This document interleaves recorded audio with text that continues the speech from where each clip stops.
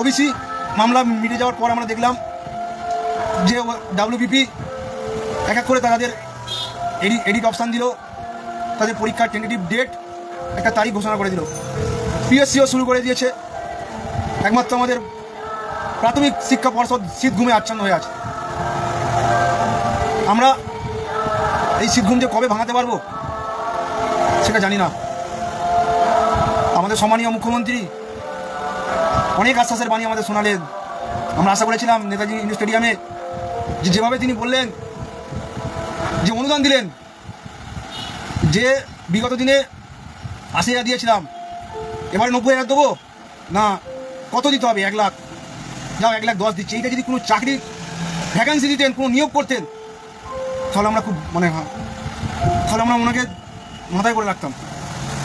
তাই আমাদের দুর্ভাগ্য, আমি সরকারি প্রকল্পের বিরোধিতা করছি না, কিন্তু উনি যে ওইগুলো যেমন প্রয়োজন, তার থেকে হাজার হাজার গুণে প্রয়োজন বেকার ছেলেদের, মেধাবী ছেলেদের, ছেলে মেয়েদের কর্মসংস্থান, স্কুল ছুটদের স্কুলে ফেরানো, মিড ডে মিলের অনুদান বৃদ্ধি করা, স্কুলের পরিকাঠামো উন্নয়ন, নতুন নতুন প্রাথমিক, উচ্চ প্রাথমিক, মাধ্যমিক তা না করে কী করছে আমরা সবাই দেখতে পাচ্ছি।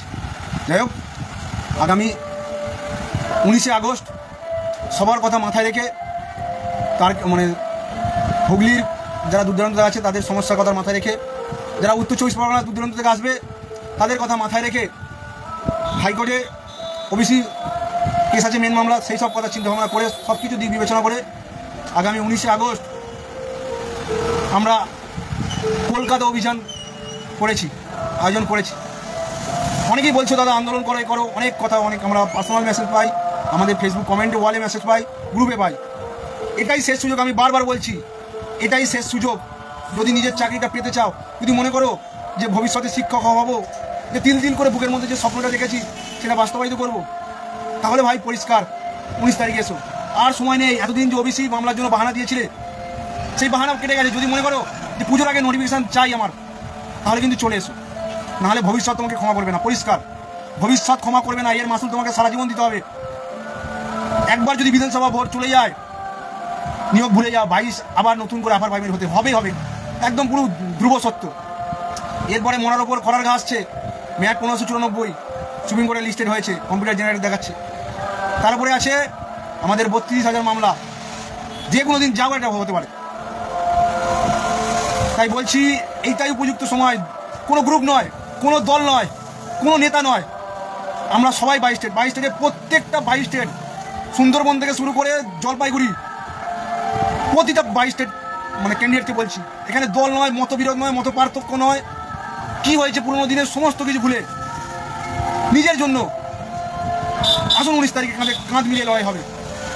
কথা দিচ্ছি আপনাদের, 19 তারিখে যদি জমায়েত আমরা 5,000+ করতে পারি, উঠবো না, পুলিশ আমাদের মারুক, আমরা ওখানেই বসে থাকবো যতক্ষণ না আমাদের ইন্টারভিউ নোটিফিকেশন আসছে পর্যাপ্ত শূন্যপদ সহ। কারণ মুখ্যমন্ত্রী বলেছিলেন যে প্রাথমিক শিক্ষক পদে 1 লক্ষ শূন্যপদ আছে, শিক্ষক পদে, সেই শূন্যপদ আমাদের দিতে হবে। আজ আমরা 3 বছর উত্তীর্ণ হয়ে বসে আছি, আমাদের কাছে ওয়েমার আছে, তার সত্ত্বেও আমরা বসে আছি কিসের জন্য?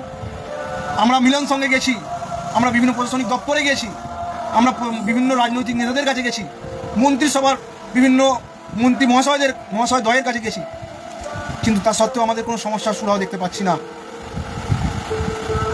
তাই আবার বলছি, যারা শীত ঘুমে জেগে আছো, তারা ঘুম থেকে ওঠো, নিজের জন্য লড়াই করো, ডু অর ডাই। গান্ধীজি বলেছিলেন, হয় করবো, করেঙ্গে মারেঙ্গে। আমি বলছি, চলো, ওঠো, নিজের লড়াই, নিজের অধিকার নিজে বুঝে নাও। চলুন 19 তারিখে চোখে চোখ মিলিয়ে লড়াই হবে, বুক চিতিয়ে লড়াই হবে। যদি লড়াই করতে পারেন, নিজের জন্য লড়াই করতে পারেন, তাহলে আপনার জয় হবে। আর যদি কাপুরেশের মতো বাড়িতে বসে থাকেন যে ওরা লড়াই করছে, আমার না গেলেও হবে, আমি ইন্টারভিউর সময় কাপুরেশের মতো মুখ লুকিয়ে আমি ইন্টারভিউ দিতে যাবো, তাহলে কিছু বলার নেই এখানে। আপনি আর যাই হোক একজন শিক্ষক হওয়ার যোগ্য নয়, আপনি যাই হোক একজন শিক্ষক হওয়ার যোগ্যতা অর্জন করেননি। কারণ আপনি শিক্ষক দিতে যাবেন, শিক্ষক যাবেন, সেখানে ছাত্রদের শেখাবেন অন্যায়ের প্রতিবাদ করতে হয়, অন্যায়ের সামনে বুক চিরিয়ে দাঁড়াতে হয়, তাদের কী শেখাবেন আপনি? আমি নিজের জন্য সব কথা বলছি না, মনে অনেক দুঃখ, অনেক কষ্ট, যন্ত্রণা নিয়ে তিল করে ভোগ করছি। তাই সবার কাছে অনুরোধ, এই শেষবার আসুন। ওই 100-200 গিয়ে কিচ্ছু হবে না। সেই যাবো, পুলিশ তুলে নিয়ে যাবে, 5টা পর্যন্ত আটকে রাখবে, ছেড়ে দেবে, কিচ্ছু হবে না। প্রত্যেক বারে আমাদের পুলিশ নিজেরাই বলে একদম পরিষ্কার বলছি, কোনো ভয় নেই যে তোরা এই কজন আসিস, কিন্তু আমাদের পুলিশ ব্যান্ড বেশি।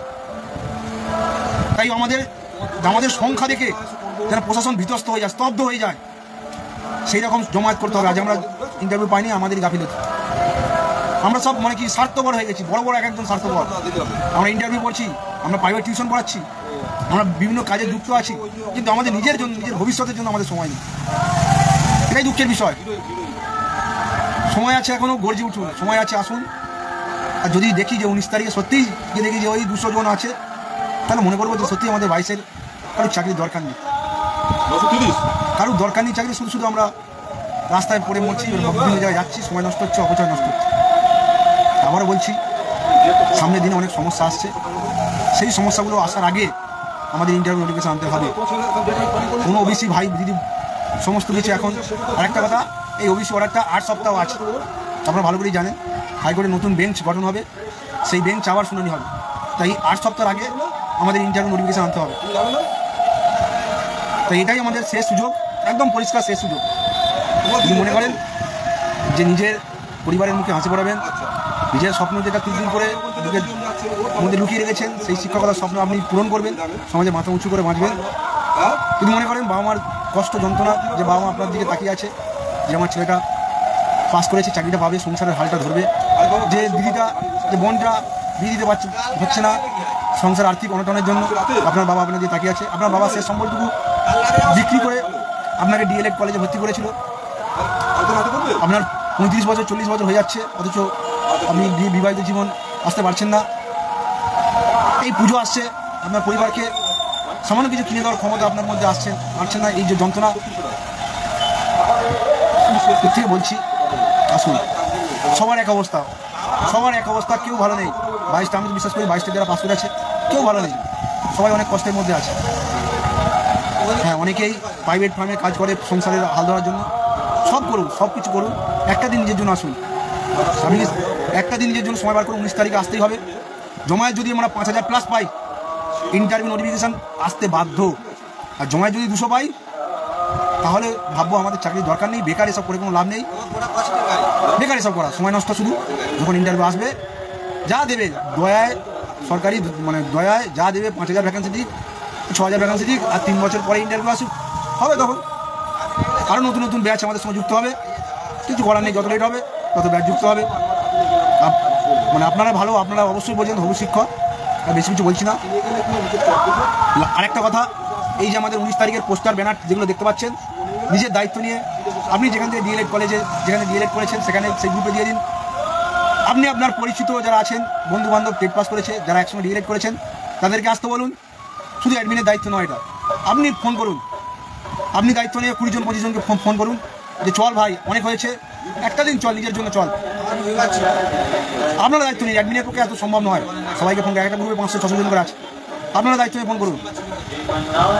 এটাই শেষ সুযোগ, আসুন, দেখা হবে 19 তারিখে, 19 আগস্ট। হ্যাঁ, কোথায় যাব, কখন যাব, কিভাবে যাব, সব আমরা ভেরিফাইড গ্রুপে বলবো। আমাদের এই গ্রুপে অনেক প্রশাসনিক কর্তা আছে, তাদের সঙ্গে আমাদের ব্যক্তিগত কোনো মানে শত্রুতা নেই। আমরা আমাদের ন্যায়ের অধিকারের জন্য লড়ছি, তারা তাদের কর্তব্য করবে। আমরা যাব, মারুক, আমাদের কোনো যায় আসে না।